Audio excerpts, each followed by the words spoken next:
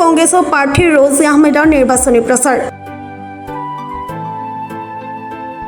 ৰজি আহমেদৰ হৈ নিৰ্বাচনী প্ৰচাৰ চলালে স্বামী দুলু আহমেদে। আসন্ন বিধানসভা নিৰ্বাচনক কেন্দ্ৰ কৰি নিৰ্বাচনী বতাহ গৰম হৈ পৰিছে। তৃণমূল কংগ্ৰেছৰ প্ৰাৰ্থী ৰজি আহমেদে প্ৰথমখনি নিৰ্বাচনী প্ৰচাৰ সভাৰ আৰম্ভণিতে পুৱামক্কা দৰগা শ্বৰীফ আৰু মাধৱ দেৱালয়ত উপস্থিত হৈ আশীৰ্বাদ গ্ৰহণ কৰে।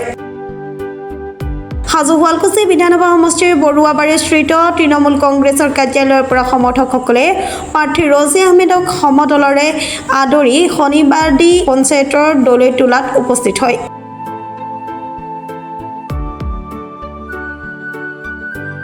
দলটোৰ প্ৰথমখনি নিৰ্বাচনী সভাত তৃণমূল কংগ্ৰেছৰ নেতা দুলু আহমেদে ভাষণত মৃত্যুজোঁট বিজেপিক সাম্প্ৰদায়িক দল বুলি আখ্যা দিয়ে। আমাৰ হাজো সমষ্টিত পূৰ্বেও টিএমচি বিধায়ক জয়ী হৈছিলে।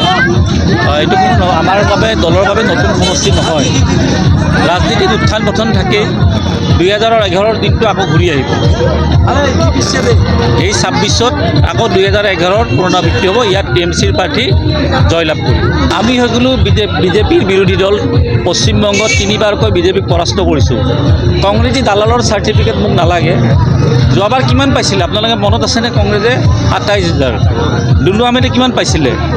55,000। এতিয়া 27,000 দালালজনৰ কথা শুনিব নে 55,000 পোৱা দুলু আহমেদৰ কথা শুনিব? দালাল, গৰু চোৰ, দগবাজ এইবিলাকৰ কথা মোক নুসুধিব, ভাল মানুহৰ কথা সোধক। ইয়াত কংগ্ৰেছৰ অস্তিত্ব নাই। যোৱাবাৰ স্থানীয় প্ৰাৰ্থীয়ে 27,000।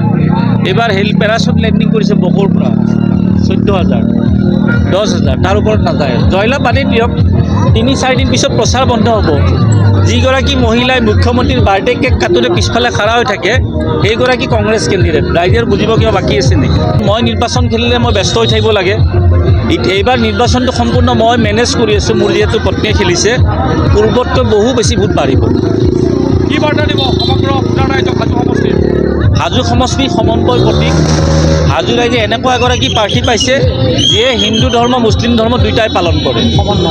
এইটো এটা সমন্বয়। গতিকে বিজেপিত বিসম্বাদ হৈছে অগপক এৰি দিয়াৰ কাৰণে, কংগ্ৰেছত বিসম্বাদ হৈছে বাহিৰা প্ৰাৰ্থীটো দিয়াৰ কাৰণে। দুইটাৰ পৰা মই 25% ভোট লৈলেই হৈ গ'ল। মোৰ নিজা 20% ভোট আছেই। হিচাপটো একদম ক্লিয়াৰ নহয় জানো? মোৰ বেয়াতকৈ বেয়া 20% ভোট মোৰ নিজা ভোট আছেনে নাই? বাকী 40 দুইটাক ধৰে, তাৰ পৰা মই 20 আনিলেই হৈ গ'ল। এতিয়া বিজেপিৰ শক্তিশালী সংগঠন থকা সমষ্টি এটা অগপক এৰি দিছে একমাত্ৰ মুছলিম ভোট, সংখ্যালঘু ভোটৰ বাবে। এই কথা সংখ্যালঘু ভোটাৰে বুজি উঠিছে। সংখ্যালঘু ভোটাৰে যদি প্ৰকাশ দাসক বিজেপিৰ প্ৰাৰ্থী হিচাপে ভোট দিয়ে, কংগ্ৰেছৰ কথা নুসুধিব। ইয়াত কংগ্ৰেছ লাইনত নাই। তেতিয়াহ'লে সাম্প্ৰদায়িক মুখ্যমন্ত্ৰী যিটো মন্তব্য দি থাকে মুছলিমৰ বিৰুদ্ধে, আকৌ সন্মুখীন হ'ব লাগিব সংখ্যালঘু সমাজ। গতিকে যাৰ বাবে মই ৰজি আহমেদ হিন্দু মুছলিম সমন্বয়ৰ প্ৰতীক, তাতকৈ কি বাৰ্তা দিব? তৃণমূল কংগ্ৰেছ দলৰ প্ৰাৰ্থী ৰজি আহমেদৰ হৈ নিৰ্বাচনী সভাত প্ৰাৰ্থীগৰাকীৰ স্বামী দুলু আহমেদে ভোটাৰ ৰাইজৰ মাজত নিৰ্বাচনী প্ৰচাৰ চলায়। এই সময়ছোৱাত দুলু আহমেদ জিন্দাবাদ, ৰজি আহমেদ জিন্দাবাদ, তৃণমূল কংগ্ৰেছ জিন্দাবাদ ধ্বনিৰে নিৰ্বাচনী তুংগত কৰি তোলে।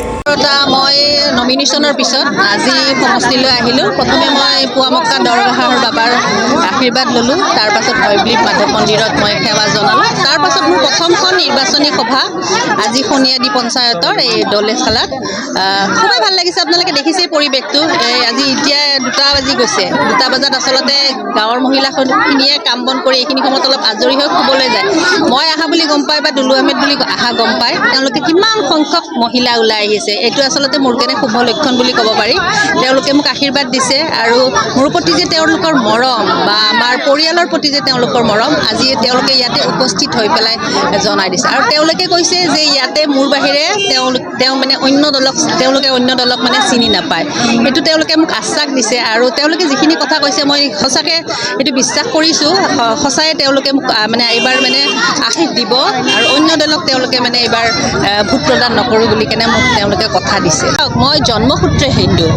আৰু ইণ্ডিয়ান ল হিচাপেও এজনী ছোৱালী বা এগৰাকী মহিলা আচলতে জন্মৰ যিটো হেৰি সেইটোহে তেওঁক মানে ধৰে ধৰ্মটো চলাই নিব পাৰে আৰু কিছুমানে ধৰক নিজে ত্যাগ কৰে সেইটো বেলেগ কথা কিন্তু মই ত্যাগ কৰা নাছিলোঁ সেইটো সকলোৱে জানে ছ'চিয়েল মিডিয়াৰ যোগেদিও সকলো মানুহে জানে যে মই নিজৰ ধৰ্মটো পালন কৰি আছোঁ আৰু তেওঁৰ ধৰ্মকো মই সন্মান কৰি আছোঁ আমাৰ দুটা ধৰ্মৰে হেৰি কৰা যায় কিন্তু মই বিশেষকৈ মই হিন্দু ধৰ্মটোক বেছি মই হেৰি কৰি আছিলোঁ আৰু তেওঁৰ যিখিনি ধৰ্ম সেইখিনি মই সন্মান জনাওঁ তেওঁৰ ধৰ্ম বুলি নহয় মই সকলো ধৰ্মকে মই সন্মান জনাওঁ আৰু মই জন্মসূত্ৰে SC ছোৱালী এজনী আৰু মই হিন্দু ছোৱালী মই হেৰি ধৰক যিহেতু এতিয়া চৰকাৰখন এতিয়া বিজেপি চৰকাৰ আৰু বিজেপি চৰকাৰে ধৰক NDA প্ৰাৰ্থীগৰাকীক দিছে মানে AJPৰ প্ৰাৰ্থীগৰাকীক দিছে AJP আৰু বিজেপিটো আৰু টকাটো পিঠি একেই কথা হৈ যায় আৰু বিজেপি আপোনালোকে গমেই পাইছে এইবাৰ প্ৰাৰ্থীত্ব দিয়া নাই কি কাৰণত দিয়া নাই তাৰে এটাই কাৰণ যে বিগত 10টা বছৰে বিজেপিৰ প্ৰাৰ্থীগৰাকীয়ে এই হাজো সমষ্টিত একোৱেই উন্নয়ন নকৰিলে সেইবাবে বিজেপিয়ে ভয় খাইছে যে এইবাৰ দিলে নিশ্চয় আমাৰ ফলাফল বেয়া হ'ব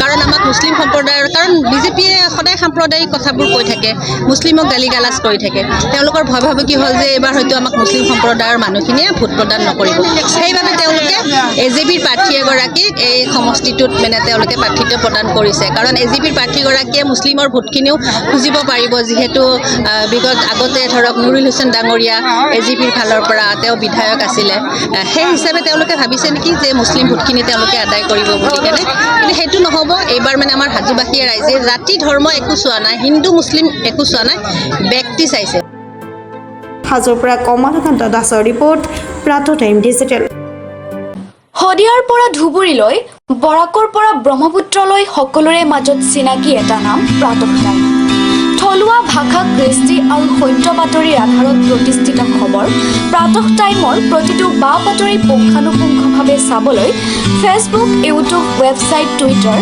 ইনষ্টাগ্ৰাম আৰু ব্লগাৰ পেজত লাইক আৰু ফ'ল' কৰক